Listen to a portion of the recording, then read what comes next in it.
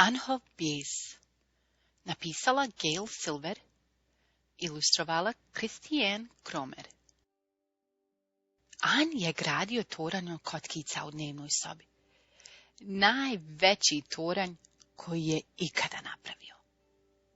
Njegov djed je bio u kuhinji i pripremao večeru. An, pozvao ga je djed, večera je spremna. An je dodao žutu kockicu i nasmiješio se. Toranj je bio visok skoro koliko i on. Sad ova crvena, šapnuo je An, stavljajući crvenu kockicu na sami vrh. Djed je došao iz kuhinje. Kakav divan toranj! Još nije gotov, rekao mu je An. Dođi, sjedi, rekao je djed. Možeš se još igrati poslije večere. Postavio je tanjire na stol i vratio se Anu, koji je balansirao zelenu kockicu na crvenoj. Ostavi kockice sad, rekao je djed. Večera se hladi. An je htio da nastavi da se igra. Otvorio je usta da progovori, ali donja usna mu je zadrhtala i riječi nisu htjele doći. Anove oči su se napunile suzama i počeo je da plače. Djed je pokušao da zagrli Ana, ali ga je An odgurnuo, srušivši toranj i razbacavši sve kockice. Bježi od mene, mrzim te, viknuo An. Uzrujan si, rekao je djed, molim te, idi u svoju sobu i sjedi sa svojim bijesom. Ja ću doći kad se smiriš i budeš sposoban da pričaš. An je otrčao u svoju sobu i skočio na krevet. Njegovi krikovi su postali toliko jaki da ih je osjećao duboko u stomaku. Kako da sjedim sa svojim bijesom? Pitao se on. Tako sam ljut, ljut, ljut! Konačno, rekao je glas.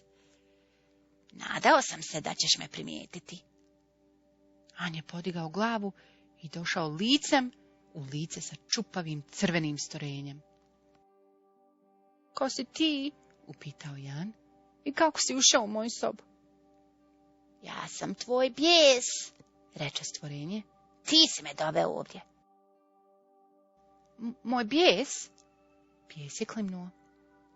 Jel te djed vidio da ulaziš? Ja ne bi trebao da razgovaram sa strancima. Ne brini, An, nisam ja stranac. Ja sam dio tebe, koji izlazi kada stvari ne idu po tvom.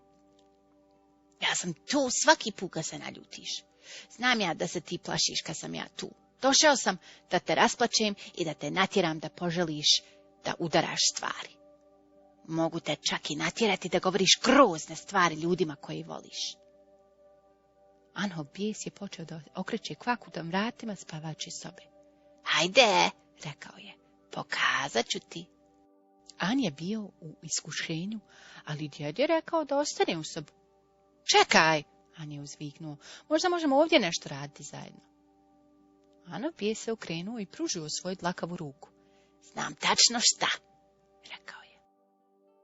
An je zgrabio bijesa ruku i zajedno su plesali po cijeloj sobi. Podigli su ruke iznad glave i vrtjeli se u široke krugove. Dahom su pravili zvukove poput jakog zavijanja vjetra. Klečali su i rukama udarali po zemlji. Zvučalo je kao da sviraju bubnjevne na zemlji. I Anu se to svidjelo. Na kraju su bili iscrpljeni i spremni da miruju. An i bijes su zajedno tiho sjedili. I sjedili su, zajedno su udesali i izdesali.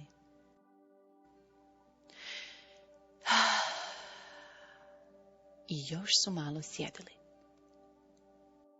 Ne volim da govorim zlobne stvari ljudima, rekao An, ali ponekad ne mogu da izdržim. Mogu ti pomoći, rekao je bijes. Kako mi ti možeš pomoći? Zar nisi ti taj koji me tjera da radim sve te grozne stvari? O, to jeste istina, ali ja sam i tvoj prijatelj. Kad god se ljutiš, treba da dođeš da sjediš sa mnom. Nakon što provedemo malo vremena zajedno, možda ćeš se osjećati bolje. Provoditi vrijeme s tobom je baš zabavno, rekao Jan. Želiš li ostati na večeri? Mislim da ću ja otići prije večere, rekao je bijes. Jesi siguran? Upitao Jan. Imamo sladoled za dezert. Ano bijes se nasmiješio i An je uzvratio osmijehom. An je bio umoran. Duboko je udahnuo i tiho izdahnuo, a kad je to uradio, bijes je postao manji. An i bijes su nastavili da dišu zajedno. Sa svakim udahom, Anhov bijes je postajao sve manji i sa svakim izdahom, An se osjećao malo bolje.